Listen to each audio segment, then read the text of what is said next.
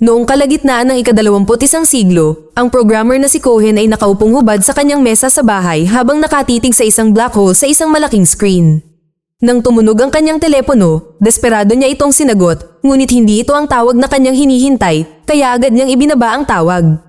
Bumalik si Cohen sa trabaho, at muling tumunog ang telepono, ngunit hindi rin ito ang gusto niya, kaya ibinaba niya muli ang tawag. Pagkatapos, inipon ni Cohen ang kanyang lakas at naglakas loob na lumabas. Na kanyang kinasusuklaman, ang simbahang kanyang tinitirhan ay wasak at walang kandado, kaya kinailangan niyang ikadina ang pinto.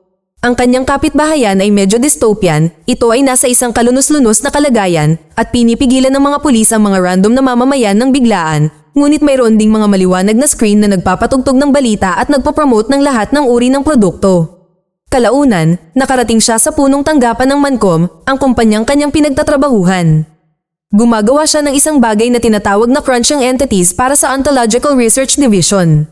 Patuloy siyang near-record ng isang camera habang nagtatrabaho siya at kailangan niyang palitan ng isang kumikinang na tubo sa bawat oras na siya ay nakakatapos. Ilang oras pagkarating niya, nakatanggap siya ng tawag na nagpapalam sa kanya na rerepasuhin ng management ang kanyang kahilingan para sa disability sa hapon. Nang dumating ang supervisor na si Joby para tingnan siya, sinabi ni Cohen na malapit na siyang mamatay at may appointment siya mamaya para patunayan ito. Hiniling ni Joby na kanselahin ito dahil kailangan nila siya para sa isang proyekto, ngunit isiniwalat ni Cohen na natapos na niya ito dahil may ginawa rin siyang trabaho sa bahay. Sa katunayan, gusto niyang maging ganap na malayo ang kanyang buong shift dahil ayaw niya sa lugar na ito at ayaw niyang makaligtaan ang kanyang tawag. Ngunit ipinaalala ni Joby sa kanya na tanging ang management lamang ang makakapagdesisyon niyan at walang maaaring makipag-usap sa management. Kinabukasan, nakipagkita si Cohen sa medical evaluation team. Dahil paulit-ulit niyang tinutukoy ang kanyang sarili bilang kami, nalito ang mga doktor. Iginiit niya na malapit na siyang mamatay at itinuro ang kanyang pagkalagas ng buhok bilang patunay. Ngunit nagsagawa na ng ilang pagsusuri ang mga doktor at sinabing malusog siya. Sa katunayan, si Cohen ang kanilang pinakamaproduktibong manggagawa. Matapos makipagtalo sa kanila ni Cohen, nagpa siya silang humiling ng psychiatric evaluation. Nang bumalik si Cohen sa kanyang mesa, ipinaalam sa kanya ng lobby na magkakaroon siya ng party at naroon ang management. Inamin ni Cohen na kinasusuklaman at kinatatakutan niya ang mga party, ngunit hindi niya maaaring palampasin ang pagkakataong ito. Kinagabihan, dumating si Cohen sa party na nakakainis na makulay at maingay para sa kanya. Agad niyang tinanong si Joby kung saan mahahanap ang management, ngunit sinabihan siya ni Joby na mag-relax at makihalubilo. Pinuri ni Bainsley ang hitsura ni Cohen, ngunit hindi siya komportable dahil dito. Takot at awkward, tinahak ni Cohen ang karamihan hanggang sa makahanap siya ng isang madilim na silid kung saan siya maaaring maging mapayapa. Hindi niya napansin ang ibang tao sa silid hanggang sa makita niya itong gumalaw. Ito ang management na gustong malaman kung anong mga problema ang kinakaharap niya. Sinabi sa kanya ni Cohen na ang pagko-commute papunta sa kanyang trabaho ay pag-aaksaya ng oras na mas magiging produktibo kung gagawin niya ito sa bahay at ayaw niyang makaligtaan ng isang tawag na hinihintay niya sa buong buhay niya. Hindi niya alam ang uri o pinagmulan ng tawag, ngunit umaasa siyang bibigyan siya nito ng layunin na hindi niya kailanman nakuha at ipapakita ang kahulugan ng buhay. Tinawag siyang baliw ng management kaya humingi ng tawad si Cohen at umalis. Habang palabas siya, nakasalubong ni Cohen si Joby na kinaladkad siya pabalik sa party at pinanggakuan ng maayos na pagpupulong sa management. Pinilit din niya itong kumain ng walang lasa ayon sa kanilang diet. Patuloy na sinusubukan ni Cohen na makatakas. At ang paghihirap ay naging dahilan upang mabulunan siya sa pagkain nang muling lumitaw sa kanyang harapan ang kanyang amo. Tinanong siya ng management tungkol sa kahulugan ng buhay bago ipahayag na mayroon siyang proyekto para sa kanya. Dahil nabubulunan pa rin si Cohen, sumugod si Bainsley para itulak siya sa tiyan at pinaluwa ang pagkain na kinain ng isang daga. Dahil sa kahihiyan at labis na pagkabalisa, nagtago si Cohen sa banyo at nagkaroon ng kaunting pagkadismaya. Di nagtagal, hinanap siya ni Bainsley at pinahawak sa kanya ang kanyang baso ng alak habang umiihi ito na naging dahilan upang hindi siya maging komportable. Hiniling din niya sa kanya na sumama sa kanya dahilan upang lumabas siya ng banyo dahil sa takot at pagkailang. Pagkatapos ay hinanap ni Cohen ang management, ngunit wala na ito. Natagpuan siyang muli ni Bainsley at nagpakilala para sa ilang kwentuhan. Dahil sa narito, sinubukan ni Cohen na umalis sa party, ngunit sinundan siya ni Bainsley. Kinabukasan sa opisina, patuloy na nalilitong nakatitig si Cohen sa mga numero sa kanyang kamay. Dumating si Joby para ipaalam sa kanya na naaprubahan na ang kanyang kahilingan na magtrabaho mula sa bahay dahil napili siya para sa isang lihim na proyekto na tinatawag na Zero Theorem. Matagal nang pumipili ng mga manggagawa ang management para sa proyektong ito, ngunit nakakapagod ito kaya walang nagtatagal. Nagtrabaho si Joby dito ng 3 linggo noong bata pa siya at kinailangan niyang huminto, ngunit ganoon ang ginawa niya para maging supervisor. Sa palagay niya, napili si Cohen dahil medyo baliw na siya. Isang tech team ang ipinadala na sa bahay ni Cohen para palitan ng kandado at mag-set up ng iba pang mga security system. Pagkatapos, dinala ni Joby si Cohen para makita ang isang supercomputer na kilala bilang neural net mainframe na siyang sentro ng operasyon ng management. Kailangang magsuot ng mga protection na robe ang mga tao sa paligid nito. At lahat ng pang-araw-araw na programming na ginagawa ng mga manggagawang tulad ni Cohen ay ipinapasok dito upang patuloy itong matuto. Ang summer intern na si Bob ang namamahala sa paggawa ng maintenance at iniisip na tatagal lamang si Cohen ng 2 linggo sa proyekto. Tinatawag niya ang lahat ng Bob dahil sa palagay niya ay pag-aaksaya ng mga selula ng utak ang pag-alala sa mga pangalan. Binuksan ni Joby ang isang espesyal na hatch sa makina para kunin ang tubo na may software. Ibinigay niya ito kay Cohen habang ipinapaliwanag niya na makakatanggap siya ng mga bagong data download bawat linggo. Kalaunan sa bahay, si Cohen ay nagsusumikap sa bagong proyekto, malinaw na mas masaya at relax kaysa noong nasa opisina siya. Natatapos niya ang maraming equation at dina-download ang mga ito sa mga software tube.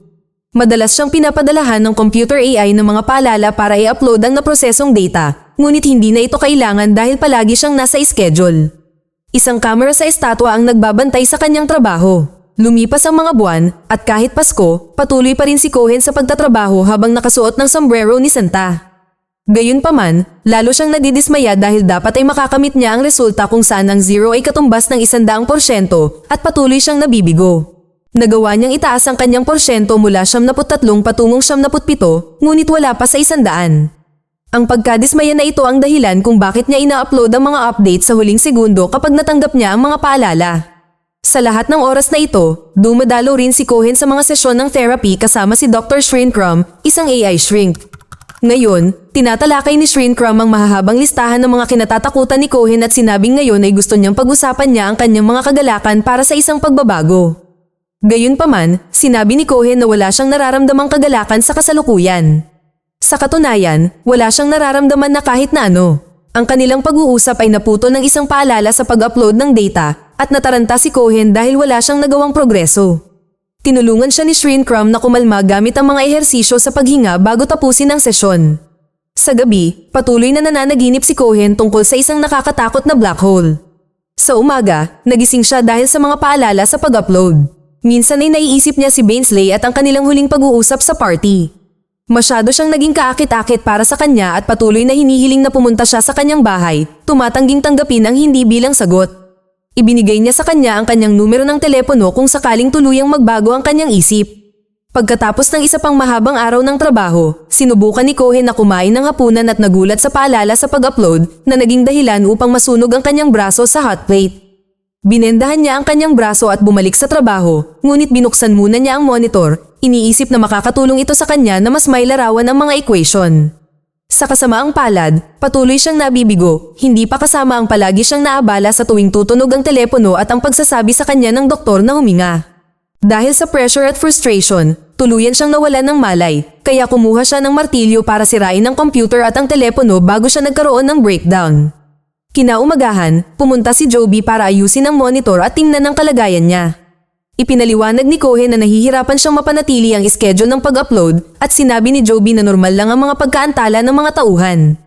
Aalisin niya si Cohen sa proyekto, pero gusto siyang bigyan ng isa pang pagkakataon ng management. Gamit ang isang simpleng plastic, agad na naayos ni Joby ang monitor. Pagkatapos ay humingi siya ng maiinom, pero tubig lang na pangit ang maialok ni Cohen sa kanya.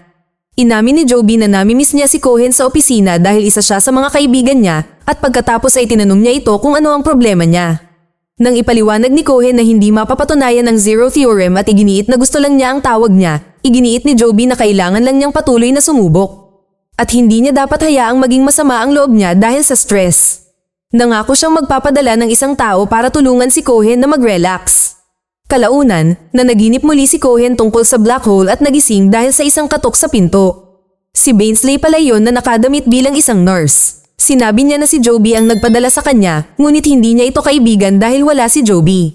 Nang magtanong siya tungkol sa simbahan, ipinaliwanag niya na binili niya ito mula sa isang insurance company 122 ang taon na ang nakalilipas. At mura lang ito dahil sa malawakang pinsala mula sa sunog. Habang tumitingin-tingin si Bainsley sa paligid, patuloy niya itong tinutokso sa pamamagitan ng pagpapakita ng kanyang likuran o paghawak sa kanya sa ilalim ng kanyang damit. Nang marating niya ang mesa nito, nabali ang kuko nito sa keyboard at hiniling sa kanya na halikan nito ng mas mabuti, kaya ginawa niya ito para lang mapasaya siya. Nakakailang na halikan nito, kaya sinipsip ni Bainsley ang daliri nito para ipakita sa kanya kung paano ito ginagawa. Bigla, lumitaw si Shrinkworm sa screen para ituro na sinusubukan ni Bainsley na i-project ang kanyang mga hindi pa neresolbang issue ng pag-abandona sa ama. Nang babanggitin na niya ang pagkakaiba ng edad, ininsulto siya ni Bainsley at pinatay ito. Ipinaliwanag niya na namatay ang kanyang ama at hindi siya pumunta rito para gumawa ng kalokohan, gumagawa lang siya ng mga tantric na bagay. Pagkatapos, tinulungan siya ni Bainsley na maglinis at napansin niyang madalas siyang tinititigan ni Cohen. Kinumbinsi siya ni Cohen na magbukas ng sarili, kaya inamin niya na gusto niya talagang makaramdam ng kakaiba. Gayunpaman, isang objetibong pagsusuri ang nagtulak sa kanya na maghinuha na siya ay walang halaga tulad ng iba. Isang gabi, matagal na ang nakalipas, nakatanggap siya ng tawag mula sa isang misteryosong boses na nagsabi ng kanyang pangalan sa napakalakas na paraan kaya nakaramdam si Cohen ng matinding saya na hindi niya naramdaman noon. Napakalakas nito kaya alam niyang masasabi sa kanya ng boses na ito ang kanyang layunin sa buhay. Ang pananabik na ito ang naging dahilan upang aksidente niyang mahulog ang telepono at natapos ang tawag kaya matagal na siyang naghihintay ng tawag pabalik mula noon. Hindi maintindihan ni Bainsley kung ano ang malaking bagay, ngunit pumayag siyang tulungan siya at nangakong babalik agad. Maya-maya, nag-doorbell si Bob. Tumanggi si Cohen na papasukin siya, kaya pinilit ni Bob na buksan ang pinto at nagmadaling pumunta sa banyo para magbawas ng sama ng loob. Pagkatapos, dalawang lalaking mukhang nakakatawa ang biglang pumasok sa gusali at pinapirma si Cohen sa isang delivery form. Ipinaliwanag nila na si Bob ay inatasan na tumulong sa kanya at susunduin nila siya sa loob ng 4 na oras. Sinimulan ni Bob na ayusin at i-upgrade ang computer ni Cohen nang ibunyag niya na ang management ang kanyang ama, kaya nagtatrabaho siya ngayong summer job dahil pinilit siya ng kanyang ama. Sinabi niya na aabutin ito ng ilang oras at hiniling kay Cohen na umorder ng totoong pagkain sa halip na ang mabahong oatmeal na mayroon siya. Inamin ni Cohen na iniisip niyang huminto, ngunit ipinaliwanag ni Bob na hindi niya kaya dahil sa management siya. Lahat ay kasangkapan para sa kumpanya, kabilang sina Joby at Bainsley, na hindi pa bumabalik at binabayaran kada oras. Tumanggi si Cohen na maniwala na hindi tunay si Bainsley. Nangako si Bob na kung magpapatuloy si Cohen sa pagtatrabaho sa proyekto, matatanggap niya ang kanyang tawag. Sa sandaling iyon, dumating ang pizza at hindi mapigilan ni Bob ang pagtitig sa cleavage ng delivery girl. Nagreklamo siya tungkol sa kanyang hormones pagkatapos umalis ito. Matapos maghagis ng pizza sa isang daga, sinabi niyang pag-aaralan niya ang mga file ni Cohen at babalik mamaya. Dinala siya ng mga bodyguard. Maya-maya, sa wakas ay bumalik si Bainsley na suot ang isang napaka-advanced na virtual reality suit. Mayroon din siyang isa para kay Cohen, kaya hiniling niya rito na isuot ito sa hating gabi at pumunta sa kanyang website. Nang gabing iyon, isinuot ni Cohen ang suit at ikinonekta ito sa computer bago buksan ang pahina ni Bainsley na maraming malalaswang larawan. Nang magsimula ang simulation, natagpuan ni Cohen ang sarili sa isang dalampasigan kasama si Bainsley. Siya ang nagdisenyo ng lahat ng ito, tulad ng bagong buhok sa ulo nito. Nang maglabas siya ng bote, sinabi ni Cohen na hindi siya umiinom, ngunit ipinaalala niya rito na isa lamang itong simulation. Hindi siya maaaring malasing o tumaba rito, at hindi lumulubog ang araw. Pinakain niya ito ng masarap na pagkain at hinalikan ng katawan nito para mamangha siya sa kung gaano ito katotoo. Sa katunayan, nagsasaya si Cohen sa dagat gamit ang isang bola, ngunit bigla na lamang itong nadulas at lumubog. Agad siyang sinagip ni Bainsley at binigyan ng CPR na mabilis na nauwi sa isang halik. Nang tanungin niya kung maaari silang mamatay dito, sinabi niyang sana ay hindi. Kalaunan, sinabi ni Cohen kay Shrinkworm na sa tingin niya ay masyadong bata pa si Bob para tumulong. Pinagalitan siya ni Shrinkworm at sinabing henyo si Bob. Pagkatapos ay nagsimula siyang mag-rap para ipaalala sa kanya na magtrabaho. Dahil sa inis na si Cohen, nawalan siya ng gana. Pagbalik ni Bob, kinumpirma niyang nasira niya ang Shrinkworm software at tinawag itong isa lamang tol. Pagkatapos ay nagsimula siyang gumuhit sa dingding upang ipaliwanag na ang Zero Theorem ang magpapatunay na ang universo ay walang kabuluhan at tinawag itong isang minsanang Big Bang glitch lamang. Sinasabi ng teoryang ito na balang araw, ang lumalawak na universo ay liliit at magiging isang napakakapal na black hole at lahat ay lalamunin hanggang sa mawala ito. na walang maiiwang buhay. Tinawag ito ni Cohen na kakilakilabot at tumangging maniwala, ngunit hindi sumang-ayon si Bob na sinasabing walang maaaring maging perpekto o magtagal magpakailanman. Dati, gusto ng management na si Bob ang bahala sa proyekto dahil sa kanyang mga paniniwala, ngunit tumanggi si Bob na maging tol ng sinuman. Pagkatapos umalis ni Bob, nagsimulang magtrabaho muli si Cohen at ngayon ay umorder siya ng pizza para sa kanyang mga pagkain. Nang gabing iyon, sinubukan niyang kumonekta sa website ni Bainsley. Ngunit tila pinigilan siya ng shrink ROM na sinasabing hindi niya dapat gamitin ng babaeng ito. Nagpapatakbo si Cohen ng isang programa upang maalis ang mga pagbabago ni Bob at na-access ang simulation. Sa dalampasigan, sinabi ni Bainsley kay Cohen na oras na para pumili siya ng susunod na setting. Pumikit siya at nag-concentrate para lamang magmukhang lumulutang na hubad malapit sa black hole mula sa kanyang mga panaginip. Lumitaw din si Bainsley at niyakap siya habang sinisip-sip sila ng black hole. Pagkatapos ay muling lumitaw sila sa dalampasigan at nagtaka si Bainsley kung paano nabubuhay si Cohen sa ganito na parang nasa kawalan, kaya sinabi niya ito ng paisa-isa.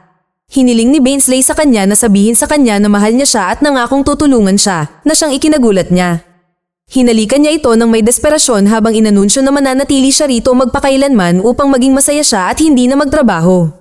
Habang hinuhubad ni Cohen ang kanyang bikini top, sinubukan ni Bainsley na ipaliwanag na hindi ito papayagan ng management, ngunit sinabi ni Cohen na maaari na lang silang huminto. Itinulak siya ni Bainsley sa takot, dahilan para bumalik din siya sa totoong mundo. Ang biglaang pagkaputol ng koneksyon ay naging dahilan upang makuryente siya ng computer. Maya-maya, nahuli na naman si Cohen sa kanyang schedule. Sinubukan siyang gabayan ni Bob, ngunit nabigo siya at nauwi sa pagkontrol upang tapusin ang equation. Ang upload na ito ay dapat na magpaabala sa Mancom ng ilang sandali. Nang umalis siya, kinuha ni Bob ang VR suit. Nang gabing iyon, binuksan ni Cohen ang website ni Bainsley. Dahil wala ang suit, kailangan niyang panoorin ang mga regular na stream nito at harapin ang mga maruruming komento sa chat. Naghuhubad si Bainsley ngunit natigilan siya nang makita niyang sinabi nito ang pangalan niya. Kaya agad na isinara ni Cohen ang website. Pagkatapos, hindi makatulog si Cohen dahil paulit-ulit niyang iniisip ang mga komento ni na Bainsley at Bob. Sinubukan niyang tingnan muli ang website, ngunit hindi siya pinayagang ma-access ito.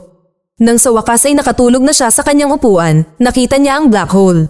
Kinabukasan, ibinalik ni Bob ang suit, sinasabing naayos na niya ito at na-update na.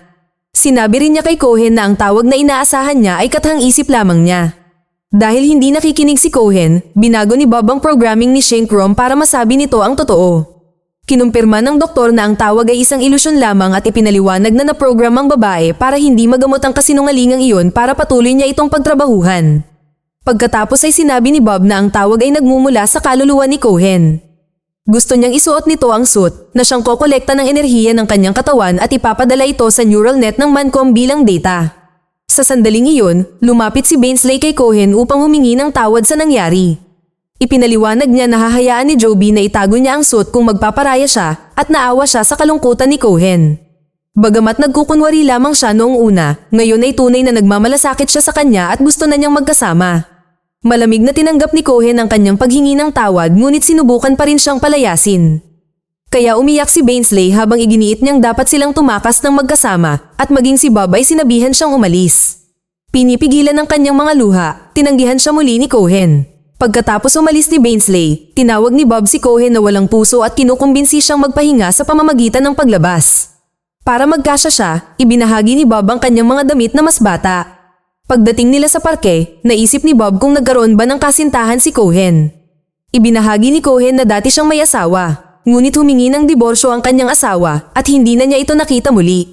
Pagkatapos umalis ni Bob upang bumili ng pagkain, hindi mapigilan ni Cohen ang pag-iisip tungkol sa kahilingan ni Bainsley na tumakas ng magkasama.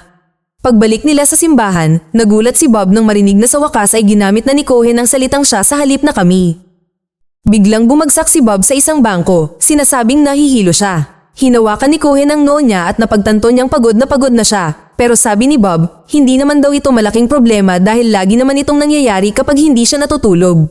Hindi niya hinayaan si Cohen na tumawag ng doktor, aspirin at paliligo lang ang hiniling niya.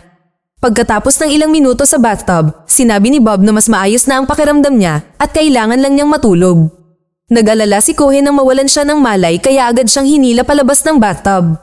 Ngunit dahil sa kanyang mabigat na katawan, natumba siya sa salamin ng banyo. Laking gulat ni Cohen nang makita niya ang isang nakatagong kamera sa likod ng salamin. Nang ligtas nang makaupo si Bob sa sopa, kumuha si Cohen ng martilyo at sinimulang hanapin ang lahat ng nakatagong kamera sa simbahan para sirain ang mga ito. Patuloy na tumutunog ang telepono sa likuran niya, pero hindi niya ito pinansin. Nang subukan niyang hanapin ang kamera sa isang estatwa, hindi kinaya ang bigat niya at nahulog siya. Hindi nito napigilan ang paglipat niya ng isang malaking bangko para harangan ang pintuan. Pagkatapos ay ginugol niya ang kanyang oras sa pag-aalaga kay Bob. Kinaumagahan, sinira ng mga bodyguard ni Bob ang pinto para kunin si Bob at nangakong babalik bukas para sa mga kagamitan. Kinagabihan, dumaan si Joby para ibunyag na ang mga ginawa ni Bob ang dahilan ng kanyang pagkatanggal sa trabaho. Nagbitaw siya ng mga pang-iinsulto sa kanya pero walang pakialam si Cohen sa kanyang mga sinasabi. Kalaunan, isinuot ni Cohen ang binagong suit at ikinonekta ito sa computer. Gayunpaman, nagkaroon ng link error at muling nakuryente ang makina. Sa pagkakataong ito, muling lumitaw siya sa silid ng neural net mainframe kung saan maraming screen ang nagpapalabas ng footage mula sa mga nakatagong kamera. Biglang lumitaw ang management sa malapit at ipinaliwanag na dinala si Bob sa ospital. Ibinunyag din niya na si Cohen ay bahagi na ngayon ng neural net at sumumpa na hindi siya ang pinagmumulan ng mahiwagang tawag ni Cohen. Sa isang malaking screen, lumitaw ang black hole ng mga panaginip ni Cohen at tinawag ito ng management na Chaos Encapsulated. Napagpasyahan ni Cohen na pinatutunayan nito ang Zero Theorem, ngunit sinabi ng management na hindi dahil pinag-aaralan pa rin ni Mancom ang data. Gusto niyang patunayan ang patuloy na magulong estado ng universo para makapagbenta siya ng solusyon at kumita. Naniniwala ang management na kailangang maniwala ang mga tao sa Diyos at magkaroon ng mas malaking layunin sa buhay na ito na siyang nagpapawalang saysay sa kanilang aktwal na buhay. Pinili niya si Cohen para sa proyekto dahil ang kanyang pananalig sa isang tawag na magbibigay sa kanya ng layunin ang dahilan kung bakit siya ang kabaligtaran ng proyekto. Gayunpaman, napunta si Cohen sa sukdulan sa pamamagitan ng paghihintay buong araw sa tabi ng telepono na naging dahilan upang mamuhay siya ng walang kabuluhan. Ipinahayag ng management na hindi na nila kailangan ng kanyang serbisyo at nawala. Ang galit na si Cohen ay nagsimulang sumigaw ng mga insulto, ngunit ito ay nag-activate lamang ng isang video ng management sa malaking screen na paulit-ulit siyang tinatanggal sa trabaho. Pagkatapos ay sinimula ni Cohen na sirain ang lahat ng nasa kanyang daanan at idiskonekta pa ang bawat bahagi ng mainframe. Nang sa wakas ay kumalma na siya, nagsimulang gumalaw ang mga cable at muling ikinonekta ang mainframe. Pagkalipas ng ilang segundo, nagsimulang magbitak ang makina at tumalon si Cohen bago isang malaking pagsabog ang sumabog sa buong istruktura. Sa loob, natagpuan niya ang black hole mula sa kanyang mga panaginip, bagamat ngayon ay may mga imahe ng kanyang buhay na lumulutang. Noong una, naisip ni Cohen na umalis, ngunit pagkatapos ay ngumiti siya at hinayaan ang kanyang katawan na mahulog sa butas. Isang ilaw ang maliwanag na kumikinang habang siya ay nasisipsip sa mga imahe. Ilang sandali pa, natagpuan ni Cohen ang kanyang sarili sa dalampasigan mula sa simulation ni Bainsley, bagamat ngayon ay kalbo at hubad na siya. Naroon pa rin ang mga gamit mula sa picnic at sa bikini top ni Bainsley. Hinangaan ni Cohen ang paglubog ng araw bago lumusong sa tubig para laruin ang bola. Maya-maya, ipinagpalit niya ang bola sa araw mismo, dahilan para tumalbog ito bago tuluyang lumubog. Mag-subscribe para sa higit pang mga video na tulad nito, i-on ang notification at mag-iwan ng like para matulungan ang aming channel. Salamat sa panunood.